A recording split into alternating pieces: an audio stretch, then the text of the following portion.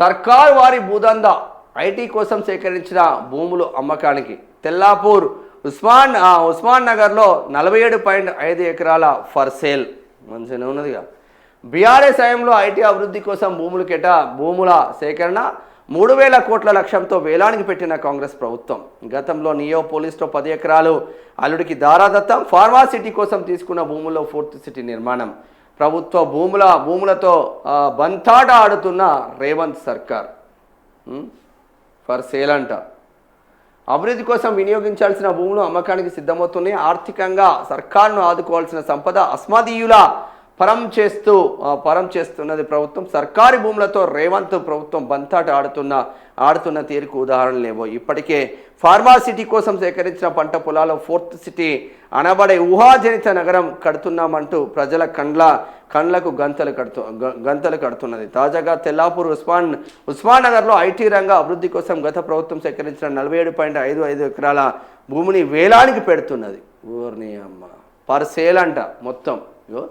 రాష్ట్రంలో వివిధ చోట్ల చిన్నకారు రైతుల నుంచి ప్రభుత్వం సేకరించిన భూములలో రేవంత్ రెడ్డి ప్రభుత్వం ఆడుతున్న హైడ్రామా ఇది. వేలం వేయాల్సిన భూములను అస్మదీయులకు కట్టబెడుతూ అభివృద్ధి కోసం వినియోగించాల్సిన స్థలాలను వేలం వేస్తూ హైదరాబాద్ చుట్టుపక్కల భూములతో ఆడుకుంటున్నది. ప్రధానంగా పటాన్ చెరువు నియోజకవర్గంలోని తెల్లాపూర్ ఉస్మాన్ నగర్లోని భూముల్లో ఐటీ రంగాన్ని ప్రోత్సహిస్తే ఆ పరిసర ప్రాంతాలు అభివృద్ధి చెందడంతో పాటు చుట్టుపక్కల ప్రాంతాల వారికి ఉద్యోగ ఉపాధి అవకాశాలు పెరిగేవి. కానీ కాంగ్రెస్ ప్రభుత్వం వేస్తున్న అడుగులతో ఆ ప్రాంత అభివృద్ధి తిరోగమనం దిశగా సాగుతున్నదని స్థానికులు ఆందోళన వ్యక్తం చేస్తున్నారు. కేసీఆర్ ప్రభుత్వానికి పూర్తి విరుద్ధంగా అడుగులు. కాంగ్రెస్ ప్రభుత్వం కొలువుదీరిన దాదాపు 2.5 ఏళ్లలో ఓవైపు పేదల ఇళ్లను కూల్చడం, మరోవైపు చిన్నకారు రైతుల నుంచి భూములు గుంజుకోవడం, ఇంకోవైపు ప్రభుత్వ భూములను ఇష్టారాజ్యంగా వాడుకోవడం తప్ప చేసిన అభివృద్ధి శూన్యమనే ఆరోపణలు ఉన్నాయి. ముఖ్యంగా వివిధ రంగాల అభివృద్ధి కోసం గత కేసీఆర్ ప్రభుత్వం తీసుకున్న నిర్ణయాలన్నింటికీ ఈనాటి రేవంత్ రెడ్డి ప్రభుత్వం విరుద్ధంగా అడుగులు వేస్తుండడం ఆందోళన కలిగిస్తున్నది. ఇందుకు రంగారెడ్డి జిల్లాలోని గ్రీన్ ఫార్మాసిటీయే ప్రత్యక్ష ఉదాహరణ. ఫార్మాసిటీ కోసమే భూములను వినియోగిస్తామనే స్పష్టమైన షరతుతో కేసీఆర్ ప్రభుత్వం భూములు సేకరించగా కాంగ్రెస్ ప్రభుత్వం అందులో ఫోర్త్ సిటీ అంటూ రియల్ దందా చేస్తున్నది. ఫార్మాసిటీని రద్దు చేసిన భూములు తిరిగి ఇవ్వకుండా రైతులకు దగా చేస్తున్నదంటే సీఎం మేనల్లుడికి అధికారుల సాగిల.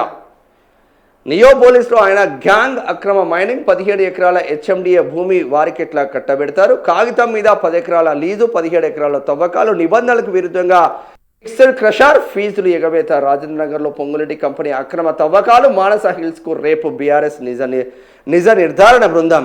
యంగ్ ఇండియా స్కూళ్లలో అవినీతి అంతా ఇంత కాదు, టెండర్లలోని అవినీతి త్వరలో ఆధారాలు బయటపెడతా. తన అసమర్థతను రేవంత్ అధికారుల మీదకి తోసేస్తున్నారు. ప్రజాపాలన అంటే అడ్డగోలుగా బదిలీల ప్రహాసనమైన అధికారుల మార్పుతో అతలాకుతలం, ఫలితాలు శూన్యం.